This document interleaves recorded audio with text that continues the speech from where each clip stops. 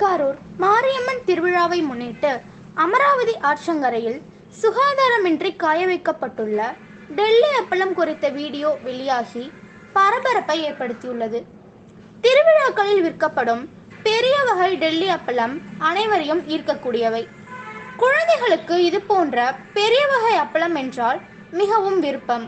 அதனால் அதனை வாங்கி தருமாறு தங்களது பெற்றோரிடம் அடம்பிடிக்கும் குழந்தைகள் ஏராளம்.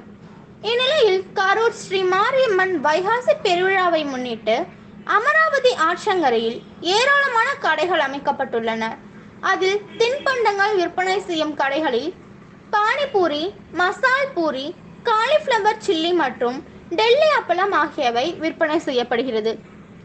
ஆனால் அமராவதி ஆற்றங்கரையில் அந்த அப்பளத்தை காய வைப்பதை பார்த்தால் இனி இந்த அப்பளத்தை வாழ்நாளில் உண்ணவே மாட்டீர்கள்.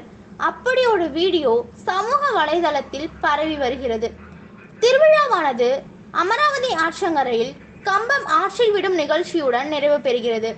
இந்நிலையில் அமராவதி ஆற்றங்கரையில் விற்கப்படும் அப்பளத்தை காய வைப்பதற்காக கரூரில் கடந்த சில தினங்களாக பெய்த கனமழையில் சேரும் சகதியுமாக உள்ள இடத்தில் தரை மீது போடப்படும் விரிப்பில் ஈரமான அப்பளத்தை காய வைக்கின்றனர். அது மட்டுமின்றி அதே இடத்தில் செயல்பட்டு வரும் பல்வேறு கடைகளில் விற்கப்படும் தின்பண்டங்களை வாங்கி சாப்பிட்ட எச்சில் தட்டுகள் மற்றும் காகிதங்களை காய வைக்கப்பட்ட அப்பளங்களின் மீதே பொதுமக்கள் தூக்கி வீசி சென்றுள்ளனர்.